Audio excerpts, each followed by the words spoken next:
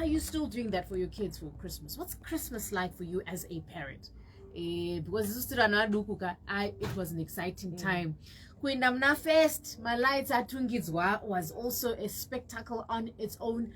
Funny story, we've got lots of home videos, but I talk about and it has like a thick rib round your wrist and round the jersey itself. Trend of my Christmas lights. That's how old those videos are. And I wonder what it must be like now for our kids. Do you think we still have them feeling what we felt about Christmas? I wonder. 0719-194-0. Christmas tree, my presents. And what about firecrackers? We also had a tradition where we would get some firecrackers and then you'd be happy to pull them out, and they have like little mementos inside the firecrackers, like all sorts of interesting memories. 0719-100-404. It is indeed that time of the year. And you know what time it is of the day? It's time for us to get into the crunch with the Nubian Queen, the International African Monday until the whole week. Actually, you and I spend time together, mid-morning things, as we flip through the pages of our mid-morning magazine show. And because it's a Monday, we start off all things to do with business. You get to meet entrepreneurs who are not only pace setters, but they help us stretch our mind a little bit by allowing us to walk a mile in their shoes and their experiences around being an entrepreneur. The last couple of weeks, it's been all things wellness. Come closer, we need to talk. And we were walking through the shoes of a woman who dared to dream after moving outside the country.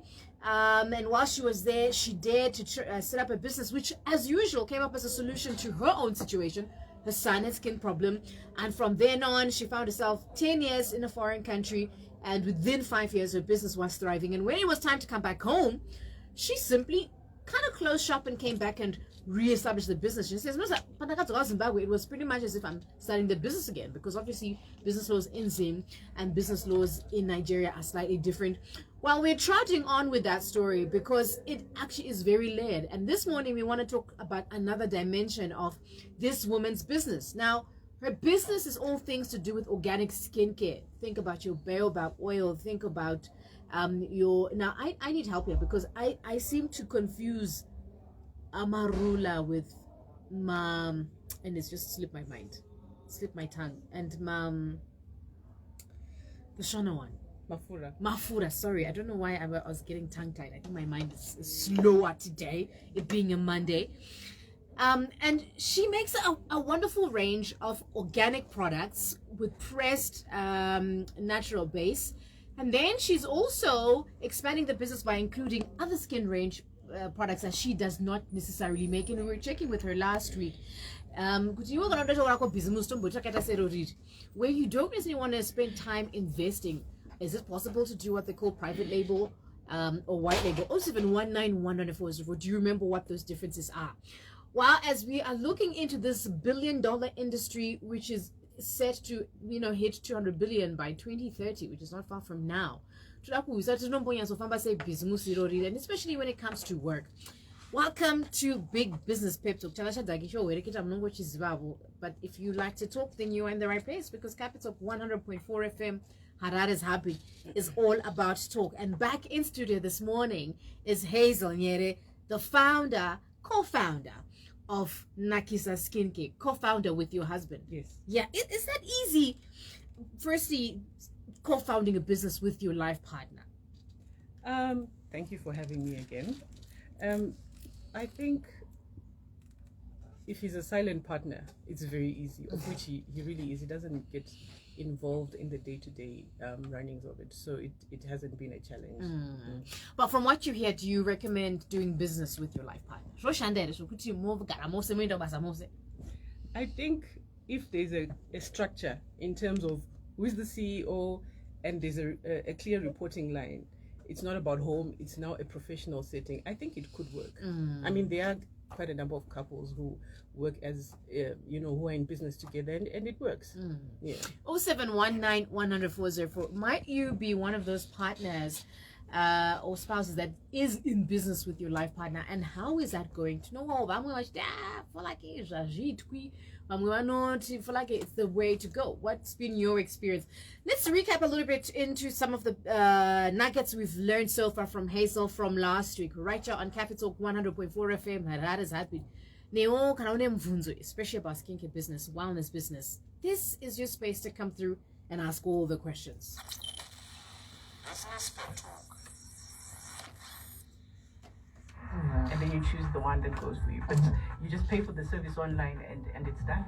In your experience, can you just pick any color for your product, or there has to be some sort of thought and psychology behind the branding, the color? I think for me, I was sort of an outlier as far as that is concerned, because black and beauty products don't really go together. Right. It's normally green, white, but in my mind, I had what I wanted, and I knew that that's what's going to work for me. I wasn't going with what the next person is doing. I just had my vision, and I was just running with that vision. And it was easy for people to take on. I think it is. Yeah. I think it is. So in Nigeria, you're coming back to Zimbabwe. Remind us again, how are you getting the products here? Okay, so we were just shipping it. Just shipping it from Nigeria into Zimbabwe using a courier company, and it landing here, and my guys are collecting it for me from the airport. And there's a price to that courier fee. There is. And the customer, how do customers handle that? 'Cause I know definitely when you want to ship things, I know there are many online markets, but Amazon, but eBay, and sometimes shipping to Zim is an extra arm and a leg. It's almost like you bought something else. Yes, exactly. Yeah, it is. I think Zimbabweans have accepted that if black soap is, for example, $5 in Nigeria, they do understand that it will not be $5 in Zimbabwe. You know, just like when we buy stuff in South Africa, when you shop in South Africa, the prices there are much lower than when you buy the same thing in Zimbabwe. I mean, people prefer to shop there because sometimes they get the bargains. So I think it's an accepted thing, but you also cannot outprice yourself. So this is where we were at last week, and I wonder, when you look at your packaging, when you look at your branding, the colors, did you also think them through? Hazel dared to say, I was clear in my mind that I wanted black as part of my skincare range, and boy oh boy, if you see her packaging, it is completely out of this world. It definitely is thought out. It's the experience of unboxing the product before you even use the product. Packaging, you can say the colors that you're using, did you think them out? Do you think they're working well for your brand, and also communicating whatever it is that you're trying to communicate? Packaging. How many times did I say packaging? When you look at your packaging as a business, do you think it is doing you a favor or not? Hazel was teaching us last week that, look online. There are actually people who will go the extra mile to import packaging, all sorts of packaging from as far as China, and bring it home to Saije Tambura, because you deserve. She says she learned from Nigeria that from the moment someone is receiving a thing from you, the product, it must look like you wanted to gift them.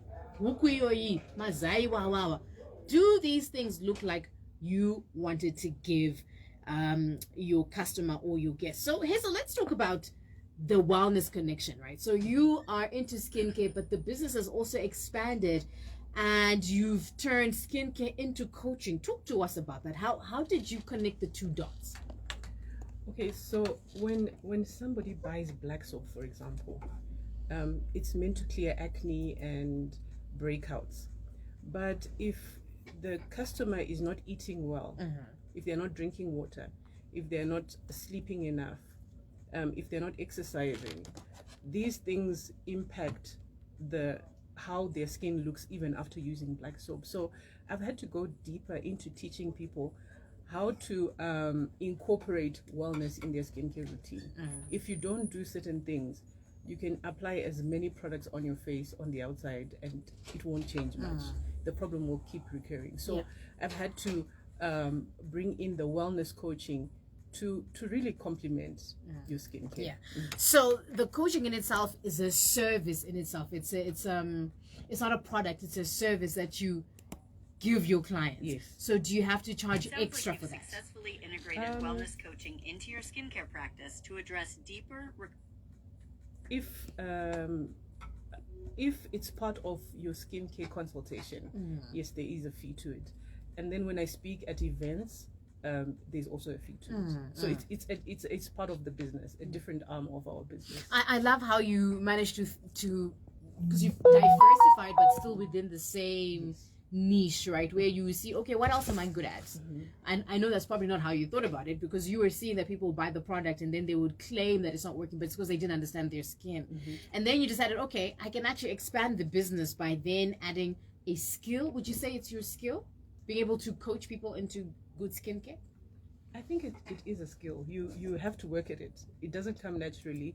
But for me, it was more of not a skill per se, but seeing the needs of my customers and trying to help them breakthrough to good skin.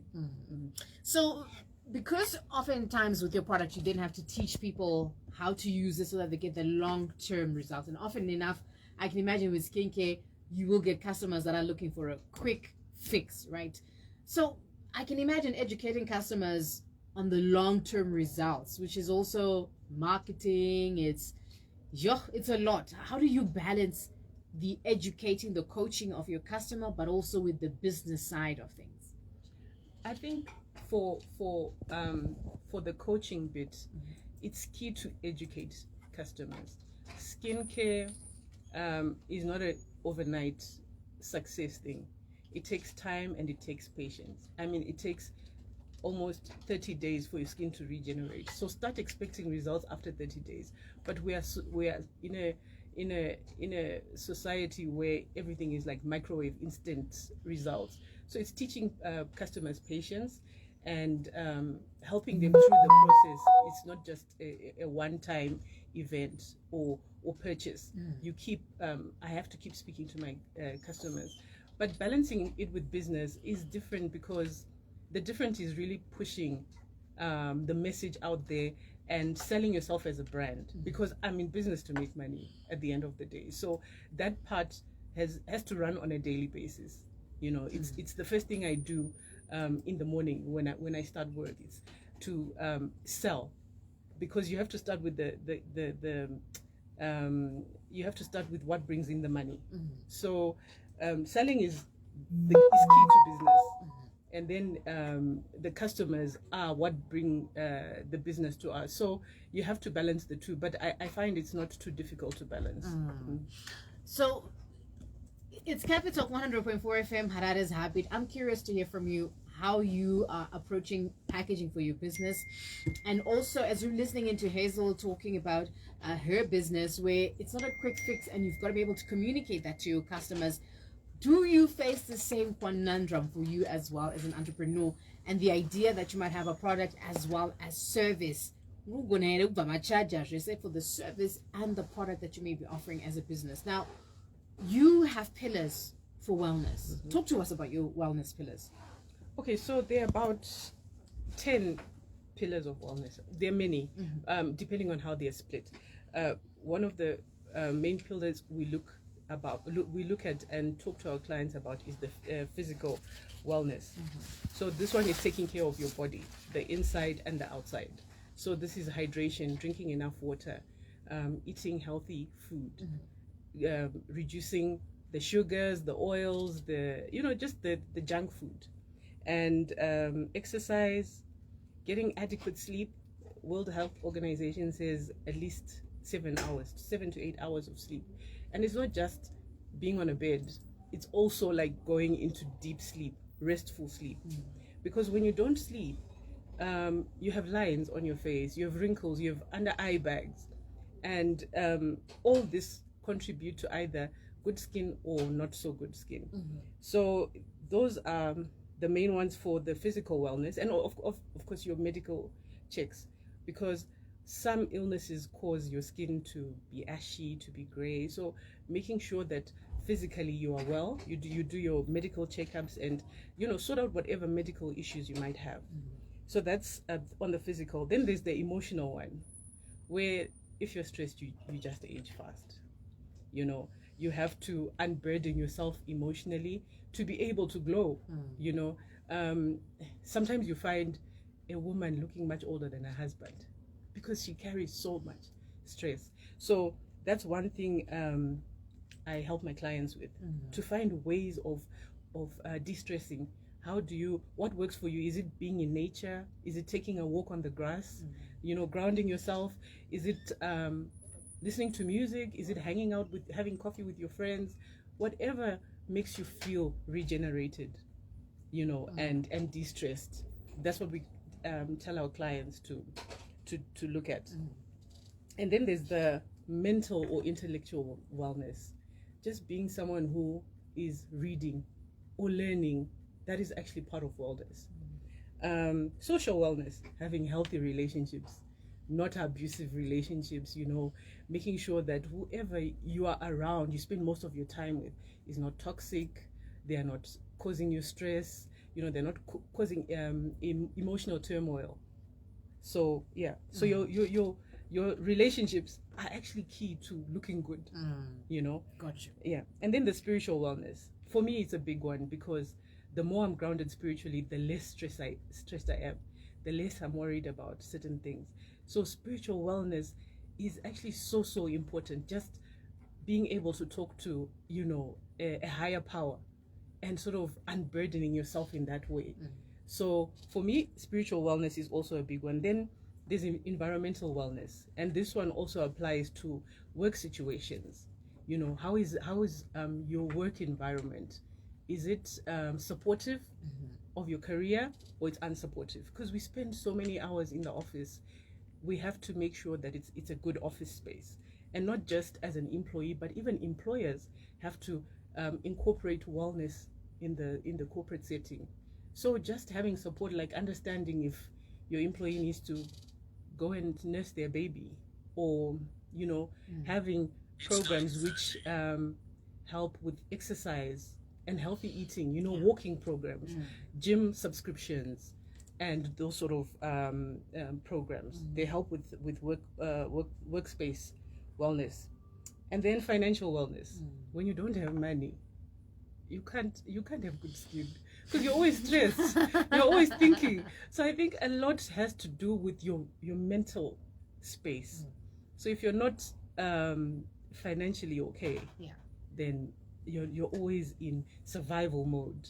And why was it important for you to define the pillars of wellness for the business? It's easier in that someone can identify where they need help. Right. So once you spell them out, they're able to see, okay, this is where I'm struggling. So it does help in that way. Do you think as entrepreneurs we should define businesses by defining pillars? So in this case it's pillars of wellness, but do you think any business should have grounding pillars of some sorts? I think it does help, even for accountability and reporting. It makes sense to have pillars. I mean, I think it's similar to having parts of a business where there's this reporting structure, there's that different ways of defining what makes up the sum total of your business. So yes, I think the pillars do help. Yeah. And so for you, how do you then tie these pillars into your branding, into your marketing strategy? Because they're about 10, right? Nakisa Skin, I am going to get all those things, or one of those things. If I'm looking for one of them, it's going to pop up in Nakisa. How do you make sure that it ties in with your branding and your marketing strategy? I think wellness as a concept already speaks to these pillars, because they're defined as pillars of wellness. So once I say my brand is skincare and wellness, then these pillars are what make up the wellness bit. So anyone who is looking for wellness services is able to then dive deeper into it, or maybe get in touch with us so that we can explain them deeper. But on our social media pages, we speak about it often. Yeah. So your audience now for the skin coaching, is it corporates? Is it individuals? Is it schools? I think all of them. All of them. If it's church, then we can speak of spiritual wellness. If it's a women's get-together, I think all pillars matter. If it's corporate, then the environmental wellness matters. If it's children, even children go through stress in high school, exams, and the pressure to perform causes breakouts, acne, stress, and even what they eat at school. You know, junk food, sweets, stuff from the tuck shop also causes them to have skin problems. So I think it applies to all people. Got you. Speaking of pillars, they say behind every strong woman there are anchors, whether it's family, whether it's your network, whether it is your spouse, whether it's your faith. Now, in Nigeria, it was very clear that you had a very strong support system within the community that you had. But to come to Zimbabwe, you've been 10 years away. I'm sure you'd come here and there, but 10 years, a lot can happen in 10 years. Coming back, has it been easy for you to identify the pillars you need for you to stay strong for the business? Yes, definitely. My first one was definitely my spiritual wellness, because I feel like spiritually is where you get guidance of which direction to take personally for my business and how to go about it and how to navigate the business space. So my spiritual wellness was key. And then obviously the relationships around me. People do move on. I mean, you know, you get here and you're like, let me contact this person and the other person, or you know, that sort of thing. But they've moved on. So it was a situation of trying to nurture those relationships back to where they used to be before moving back. But definitely my spiritual walk has been the most key relationship. Do you find in trying to build a business like this one, you might lose friends? I think I've actually gained friends through our discussions in skincare. Like when somebody comes with a skin issue, when we dive deeper into the wellness pillars, we start to talk about deeper issues. So it's made it more of friendship, yes, but also a platform for my ministry as well. So I think it's actually I've gained more relationships than before. Yeah. It's Capital 100.4 FM, Harare Zabi. Has that been your story as well, in terms of being an entrepreneur, setting up a business? Was it actually easier for you to make friends, or perhaps you actually lost some networks, some people who were a core part of your pillar, your support system, and then somewhere along the lines? What happened? Let me know. 0719 100 404. And when you look at your own business, would you say you too have pillars that you can identify and as Hazel that help you stay accountable, one, to the purpose of the business, but even to your clientele? 0719 100 404. All right. Mapila now, but how exactly are you joining those pillars to your branding and your marketing strategy? Business rakura kayani kwa hapo vanobva vaziva here kuti zvinhu zvakakukoshera ndezvipi? 0719 100 404. And if your answer is yes, my clients do know, they can tell from my branding and my marketing strategy, what is it that you're doing that is making that apparent to your clientele? Let us know. 0719 100 404. We're still talking to Hazel this morning. Coming up next, we want to understand how her business is also supporting her community. We also want to appreciate what sort of technology she's having to use in her business to keep it sustainable. And if you have any questions, let us know. 0719 100 404. Put your social media. How exactly is Hazel using it? We want to hear all this when we continue our discussion later, coming up at 10. Finally, we get to cross over to Cameroon. We're going to be speaking to a shaman. Now, if you've noticed over the last few weeks, we've been exploring the use of plant-based in recovery of addiction. Well, we're going to be speaking to a shaman from Cameroon, who actually, interestingly, is a certified healthcare specialist, but also uses traditional, listen to this, traditional means to help recoveries get back on the path. And we're going to be hearing from them what exactly happened. Last week, if you remember, we were also tracking the journey of war veterans in America who were on a psychedelic experience, and they filmed it. Well, we want to continue on that path and see what happens and the turn of that. But as a community, how can we support people who are battling with addiction, who are using plant-based therapies? Iwama mushroom, the iboga plant, and many other therapies that might be out there. MDMA. Say achimbonotenga midzi kuti akunde dambudziko rezvinodhaka pabasa. We'll be talking about that later. And of course, Women continues. We will continue tracking the journey of Vavengai when his wife was battling with breast cancer. And of course, zviya makati pamunorambana paya munhu kana achisiya nhumbi dzenyu kana nhumbi dzake kumba kwemunhu iyeye dzofanira kuzodii nhumbi idzodzo? Well, we've got a story quite like that this morning. I will be playing that audio for you a little bit later, but let me know. 0719 100 404.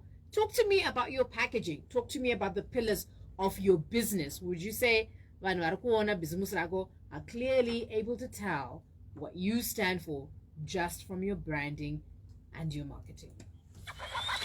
This is Brian Muir, and you're listening to FoLake, the Nubian Queen, the International African. El Tongai Chase, and you're listening to FoLake, the Nubian Queen, the International African.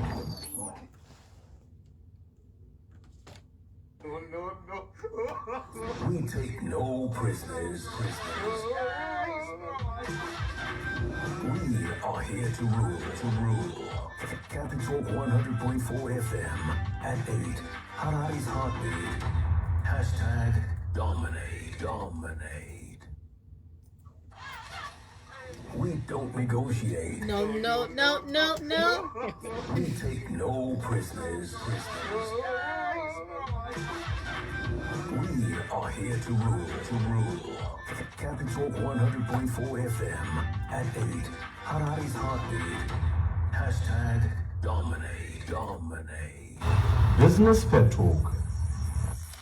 And that's exactly what Monday mornings are about. It's getting your essential toolkit to being an entrepreneur. And we're speaking this week to Hazel, who's been in the skincare business for at least 5 years and is sharing with us her experiences from, running her enterprise, being in a different country, setting it up during COVID in an environment where she was a total stranger, but, finding her feet, then having to start the business again in a different sense, in a different country. We're also talking about being able to ship your products outside the country, outside your usual space. Hazel's having to do that. And even now, you can imagine she has clientele as far as Australia. We want to figure out what that must be like, to grow your business that way, but also to be able to get your products across the borders. Iwewe rako rinombopota chikunetsa here kuti wasonesa chunhu munhu wozoti ndiri kujapan kana ndiri kujamaica kana kuti ndiri kufrance ndiri kucameroon ndiri kugana. Do you face any challenges as far as getting your stuff across the border? Let me know. 0719 100 404. Is it easy for you, Hazel, being in this country? I know you said from Nigeria it was slightly different. Muno Zimbabwe kutumidzira chunhu ku Australia zviri nyore. Yes, it is quite easy. Yeah, and there are quite a number of options for sending. So that's part of our business. We are a borderless business. We are operating in a global village. So we're not saying we are only operating within the confines of a certain geographical location. We want to be everywhere. Wherever the customer is, we are there. This then must mean your social media presence has got to be pretty on point, right? So that somebody in Australia is having Nakisa Skin appearing on their algorithm. Yes, definitely. So we started out with a social media manager, and she, because it's her business, she was able to tell us how to navigate our social media space. So that really does help, because I feel like entrepreneurs don't really know how to navigate their social media, and maybe you post what do you want to post and it doesn't reach the target, the audience you're trying to target. So it's very important to know how to navigate your social media pages. So navigation yacho nayo tofanga kudima. So TikTok, there's LinkedIn, there's Facebook, there's Instagram. And apparently they're all different, right? It's not about just having one post and just platform. No, because they're all different. They serve different purposes. How did you figure out what works well for Nakisa? It's more about knowing who you're targeting and which platforms they frequent. So if you're looking at a corporate audience, LinkedIn is probably your best bet. If you're looking at a younger audience, TikTok and Instagram might be your best bet. Then Facebook is one of the biggest platforms, and that's where a lot of people meet. So that is more like the mass. That's where the masses are. So you have to know who you're targeting, what their age range is, what their profession is, You know, you have to have make up an ideal customer, like an avatar, what their age is, what their purchasing behaviors are. You know, you have to look at a range of qualities that are in your customer, and then target using the specific social media platform. And so what has social media told you about the person you should be targeting or are targeting, but perhaps you've had to make some refinements? Okay, so we used to post a lot on Instagram, and then we discovered that not many executives, for example, are there, and so we had to also start posting on LinkedIn, because some of the people we target are people who are into wellness, and that sort of comes with age. So they know what to eat, they know how to rest, they know how to recharge, they know a lot about who they are. So that comes with being at a certain age and a certain level, and LinkedIn has done that for us. And do you think it's about posting every day? Is it posting every day at 11? I know that they have what they call peak times. Post up about 5 million people already on social media anyway. What's been your winning formula, do you think? I think for us, it's more of a work in progress, because we just used to post initially. But with having a social media manager doing it for us, we just give him the content now here in Zimbabwe, and he posts some of the stuff. So he probably knows which hours to post better than I would, because that's not really my forte. But definitely there is a method to what time to post and what hashtags to put, and that sort of thing. And do you think people love pictures, videos more than written text, like Nakisa.skincare, all organics? Or what do you think the customer in 2025 is particularly into, especially with so many, like if you are a social media person, that means you're on LinkedIn, that means you're on Facebook, that means you're on Twitter, that means you're on Instagram, that means you're on X, you're on TikTok. So what do you think the customer in 2025 is interested in? Is it the text? Is it the picture? Is it the color? Is it the story in the post? From my experience, it's a mixture of all. But if you are starting out in business, they want to know who the owner is. It builds trust. So instead of just posting text and pictures, make it a real life experience for the customer, so that they understand who's behind the brand. In as much as I'm not much of a social media person, I've had to, being an introvert, I've had to bring myself out of that shell and be more present on my social media page, because business is not for shy people and it's not for introverts. It's really about being out there. So yes, a mixture of texts, of pictures, but also of you as an entrepreneur speaking about your business and your products. 0719-100-404. Iwe with somebody's doing business, are you also visible? Like you are a brand, right? You yourself outside your business. Hazel is Nakisa. Like, do your clients associate you with whatever it is that you do sell? And social, what do you find is working for you in terms of, one, the reach, two, getting customers, but also retaining the customers? Kanamuripa Social, let us know on 0719-100-404 which network, which social media platform is working. What you want a winning formula? Which can go about is something will land, something will also hit home. Now, as part of your corporate wellness, Hazel, do you find yourself cold marketing works well, or again, just using LinkedIn, for example, works pretty well to connect with corporates as far as wellness is concerned? I think it's a mixture of cold calling and referrals. Referrals are always the best as far as I'm concerned. If you do a good job and you get referrals, I think it's the most complimentary and flattering way of doing business, because if I refer someone, it means I was impressed by their service. So yes, but you can't take away cold calling from sales. You have to reach out to people on a daily basis to make sure that your pipeline is always full. I love this. And in terms of technology, is there specific technology you have had to use for the business, whether it's from the packaging, whether it's from the branding, the manufacturing or processing of your raw materials? Any kind of technology you've had to use for your business?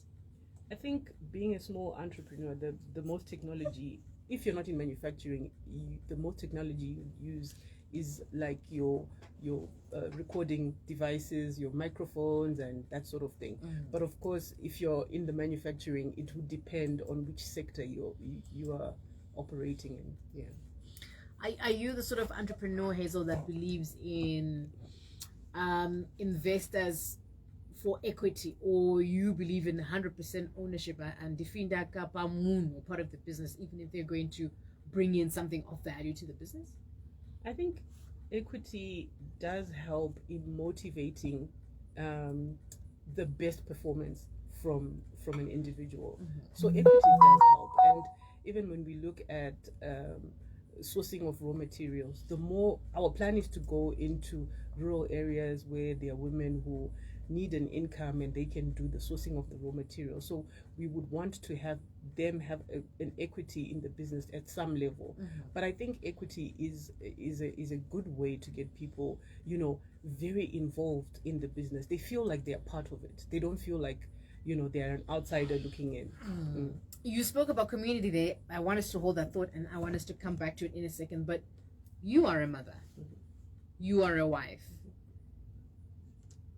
And then also an entrepreneur. How do you juggle all three balls and then also balance them? There are things that are not negotiable for me as an individual.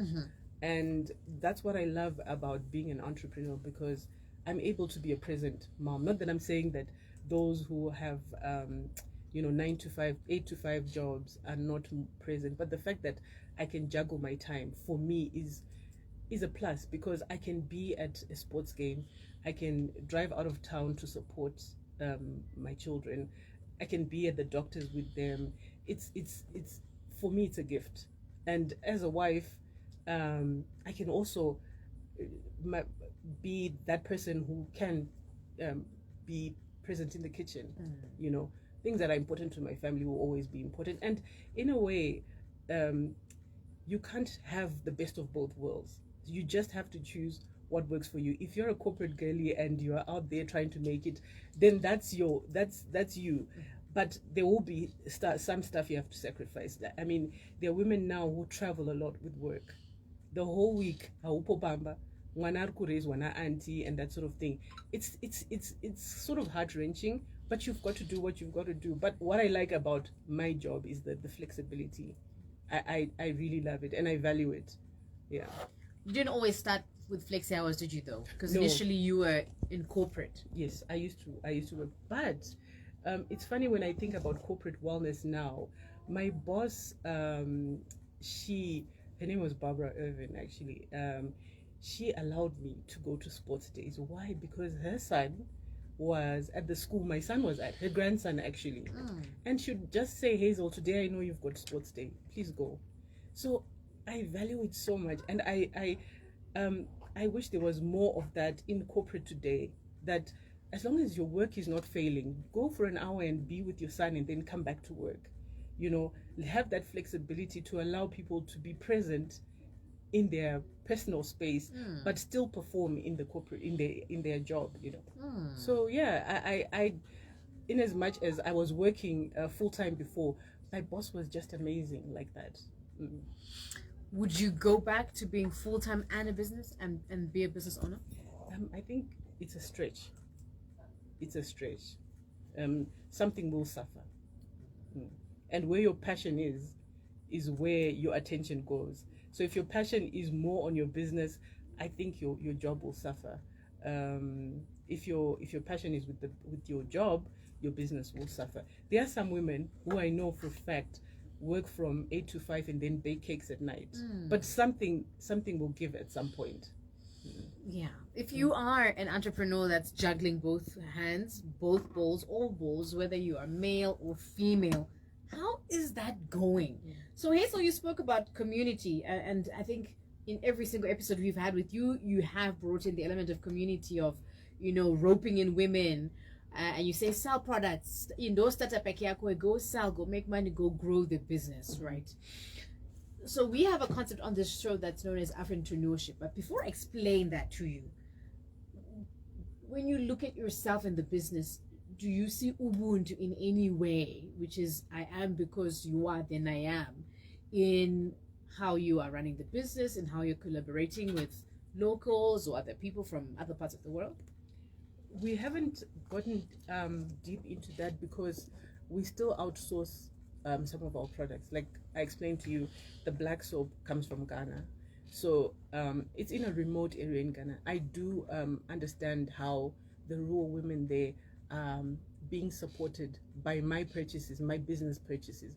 So I believe on a once or twice removed scale, we are doing that. But the more we move into perhaps making our own products, it will be, we will then rope in a lot more of the rural women. Why?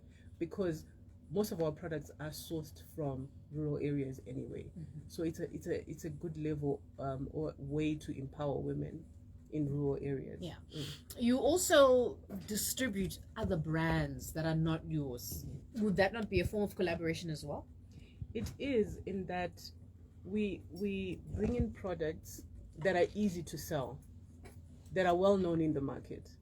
For example, Inuka perfumes are $15. They're an easy sell. The good thing about a perfume is that it's a repeat purchase. So once a woman finds a customer that's going to buy every month, I mean, that's business guaranteed. So we have brought in that to help women become empowered. Yeah. What would you say, as you look back to the journey that you've had, what would you say, Hazel, feels authentically African about your journey or your business? I think connecting with my roots has been my biggest joy, because it's a journey of coming back to me, who I was even before I was born, sort of thing, like who my ancestors were, and like who my grandmother and my mother were. It's like playing out in my life.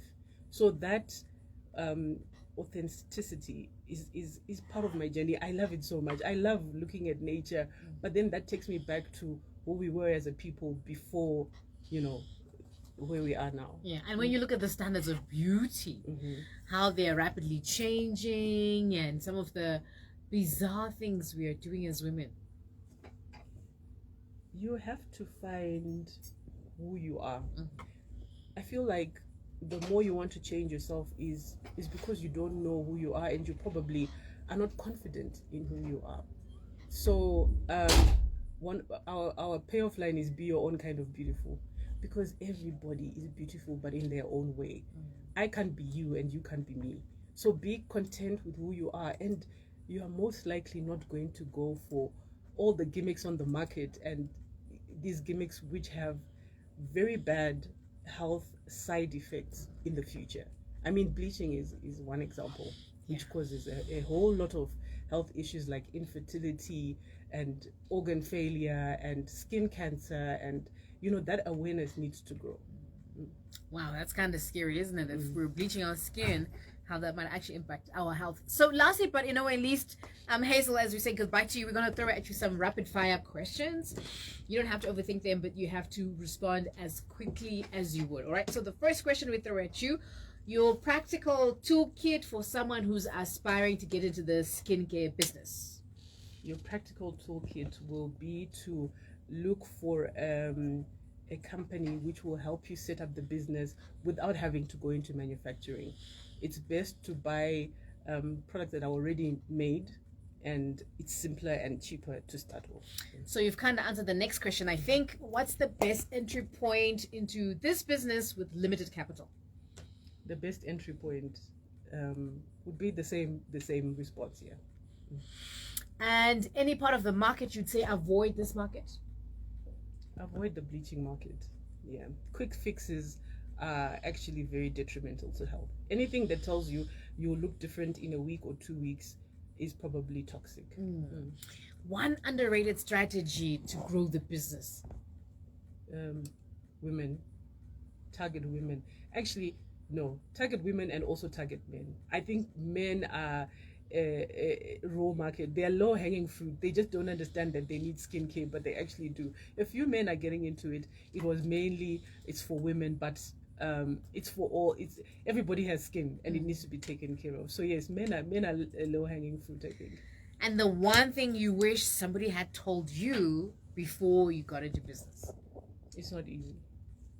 You have to have patience, tenacity, faith, everything mixed together to be able to carry you from day to day.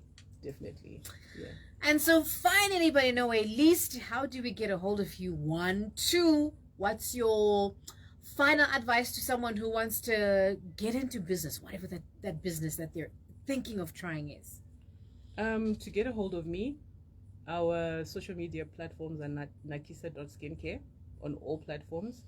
And then my phone number is 0772 357 239. And then your last question? Your piece of advice to somebody who's trying to get into business. I think if you have the passion for it, you should go into it. Don't go into it because of the money.